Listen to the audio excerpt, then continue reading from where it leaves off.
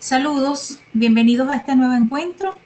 En esta oportunidad nos conseguimos para ofrecerles un resumen expositivo sobre uno de los temas que contiene la Cátedra de Orientación Laboral en la carrera de licenciatura en música de la Universidad Centro Occidental Lisandro Alvarado. Esto es el sistema tributario en Venezuela. La idea acá es destacar los aspectos más importantes que todo profesional debe manejar acerca de esta área. De modo que un licenciado en música no es ajeno a este conocimiento y debe manejarlo, independientemente de cualquiera sea el área en que este profesional se vaya a desarrollar. El contenido general abarcará 4 grandes bloques que serán el primer bloque, nociones básicas, donde hablaremos todo sobre el concepto, las características, la importancia del sistema tributario.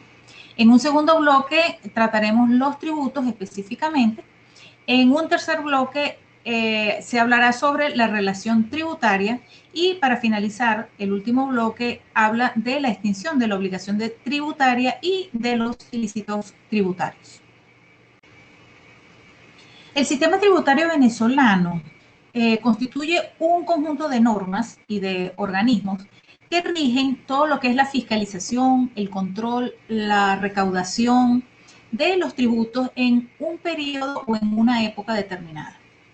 La Constitución de la República Bolivariana de Venezuela, en sus artículos 316 y 317, establece que el sistema tributario tiene como finalidad la justa distribución de las cargas públicas según la capacidad contributiva de cada contribuyente, valga la redundancia, bajo ciertos principios que están abarcando lo que es la generalidad, la progresividad, la legalidad, la no confiscatoriedad y la prohibición de obligaciones tributarias pagaderas con servicios personales.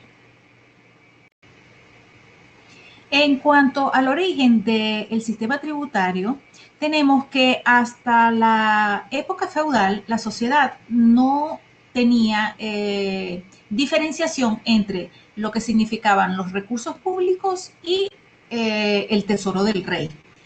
Entonces, al no existir ese marco regulatorio, el pago de los tributos eran unos pagos que se hacían de manera forzada en presencia del ejército y donde lo que se hacía era realizar un cobro por la explotación de las tierras de la monarquía. De modo que, por supuesto, no abonaba a los intereses correspondientes para el pueblo. A raíz de esto se presentaron una serie de reclamos de manera colectiva y afortunadamente los jerarcas tomaron conciencia pues de este problema y empezaron a normalizar y a separar lo que eran los ingresos y la administración de lo que se recolectaba para que realmente esto tuviera una dirección mejor canalizada de esas necesidades y de esas soluciones que necesitaba el pueblo. En Venezuela, el tributo atravesó varios periodos, desde el tributo que era el que imponía la colonia española, como lo era el tabaco o la manumisión de los esclavos, y no fue sino hasta los inicios del siglo XX, con el auge de la explotación agropecuaria, por supuesto en la posguerra de la independencia, donde se presentaron ya los impuestos que eran correspondientes a la aduana, a los impuestos de licores, de minas, y los impuestos que eran correspondientes a herencia. Ya fue a partir de 1943 cuando en la presidencia de Isaías Medina Marita entra en vigencia la primera ley de impuestos sobre la renta, donde se empieza a grabar lo que hasta hoy en día sigue siendo el recurso principal en el caso de Venezuela, que son las regalías a través de los ingresos petroleros. Tenemos entonces que el sistema tributario no es sino la manera que tiene un Estado de organizarse de manera legal, administrativa y técnica con el fin de ejercer de la forma más eficaz y objetiva posible el poder tributario. La idea entonces es satisfacer esas necesidades de los ciudadanos en busca de una distribución bien justa de las cargas públicas. Entre las características más destacadas tenemos que el sistema tributario permite la globalización de los enriquecimientos, que es un sistema progresivo, que es eminentemente personal y directo, es decir, establece una relación sin intermediarios entre el contribuyente y la administración pública. Y por supuesto constituye un efectivo instrumento para el desarrollo económico de cada país. Entramos en el segundo bloque donde detallaremos acerca de los tributos en cuanto a su concepto, a su clasificación y a sus fuentes. Los tributos son aquellos ingresos de carácter público, pecuniario y obligatorio que impone unilateralmente el Estado y que es exigido por la administración para la obtención de los recursos que hacen falta para el gasto público. Son la mayor fuente de ingresos de los estados actuales, porque son los que ayudan a financiar y los que se utilizan para invertir en las actividades del Estado, como por ejemplo las prestaciones por desempleo, la inversión en instituciones públicas como las escuelas o los hospitales, etc. Entonces, según el artículo 133 de la Constitución de la República Bolivariana de Venezuela, se determina que cada ciudadano se encuentra en el deber de honrar y de pagar los impuestos como parte de sus obligaciones públicas. Los tributos están clasificados en tres tipos.